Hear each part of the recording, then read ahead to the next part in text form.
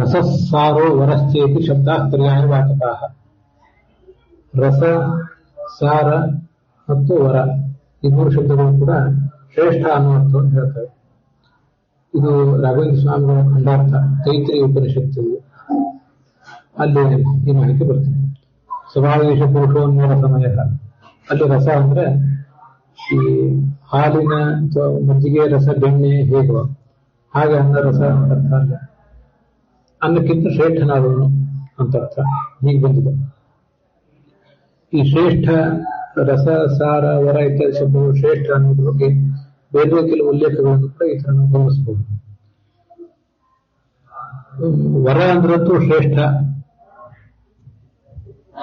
ಅಂತನ್ನುವುದು ಅನೇಕ ಕಡೆ ನಮ್ಗೆ ಗೊತ್ತಿದ್ದೇ ಇದೆ. ದೇವವರ ಅಂದ್ರೆ ದೇವಶ್ರೇಷ್ಠ ಅಂತ ಅದು ನಮ್ಗೆ ಗೊತ್ತಿದೆ.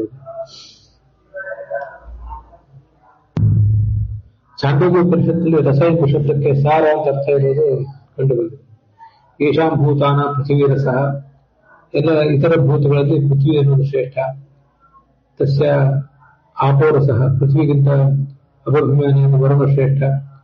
ತಸ್ಯಾಹ ವರುಣ ಔಷಧ ರಸ. ಚಂದ್ರ ಔಷಧಾಭಿಮಾನಿ ಚಂದ್ರ ಶ್ರೇಷ್ಠ. ತಸ್ಮಾತ್ ಪುರುಷ ರಸ.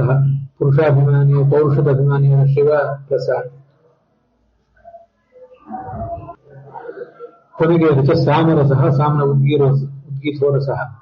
ಋಗಾದಿ ವೇದಗಳ ಅಭಿಮಾನಿಯಾದ ಸರಸ್ವತಿಗಿಂತ ಸಾಮವೇದದ ಅಭಿಮಾನಿಯಾದ ಮುಖ್ಯ ಪ್ರಾಣ ಶ್ರೇಷ್ಠ. ಅವನಿಗಿಂತ ಉದ್ಗೀತ ಶಬ್ದವಾಚ್ಯನಾದ ಪರಮಾತ್ಮ ಶ್ರೇಷ್ಠ ಅಂತ ಹೀಗೆ ಅಲ್ಲಿ ಬಂದಿದೆ. ಹೀಗೆ ರಸ ಎಂಬ ಶಬ್ದ ಶ್ರೇಷ್ಠ ಅನ್ನೋದು ಅಲ್ಲಿ ಕಂಡು ಬಂದಿದೆ. ಸಾರ ಎಂಬ ಶಬ್ದ ಕೂಡ ಶ್ರೇಷ್ಠ ಅಂತ ಅರ್ಥ. ಶಾಸ್ತ್ರೇಶ ಭಾರತ ಸಾರಂ ತತ್ರ ನಾಮ ಸಹಸ್ರಕಂ ವೈಷ್ಣವಂ ಕೃಷ್ಣ ಗೀತಾಚ ತಜ್ಞಾನ ಮುಚ್ಚತೆ ಅಂಜಸ. ಎಲ್ಲ ಶಾಸ್ತ್ರಗಳಲ್ಲಿ ಕೂಡ ಭಾರತ ಅಂತ ಶ್ರೇಷ್ಠ ಅಂತ ಹೀಗೆ ಅರ್ಥ ಕಂಡು ಬರ್ತೀವಿ. ಹಾಗಾಗಿ ಸಾರ ಅಂದ್ರೆ ಹಣ್ಣಿನ ಸಾರ, ಹಣ್ಣಿನ ಸಿಪ್ಪೆಯಲ್ಲಿ ತೆಗೆದು ಅವರೊಳಗಿನ ರಸವನ್ನು ಮಾತ್ರ ಸಂಗ್ರಹ ಮಾಡಿರ್ತಾರಲ್ಲ, ಆ ತರ ಎಲ್ಲ ಸಾರ ಅಂತ ಅರ್ಥ ಅಲ್ಲ ಇದಕ್ಕೆ. ಸಾರ ಅಂದ್ರೆ ಶ್ರೇಷ್ಠ ಅಂತ ಅರ್ಥ. ಇಂಥ ಒಂದು ಉಲ್ಲೇಖವನ್ನು ಹಿಂದೆ ನೋಡಿದ್ವಿ. ಇದ್ರ ಹೆಚ್ಚಿನ ವಿವರಣೆಯನ್ನ ಇಲ್ಲಿ ನೋಡಿದ್ವಿ. ಹಾಗಾಗಿ ಖಂಡಾರ್ಥ ತೈತ್ರಿಯ ಉಪನಿಷತ್ತು ಬ್ರಹ್ಮಾಂಡ ಅಲ್ಲಿ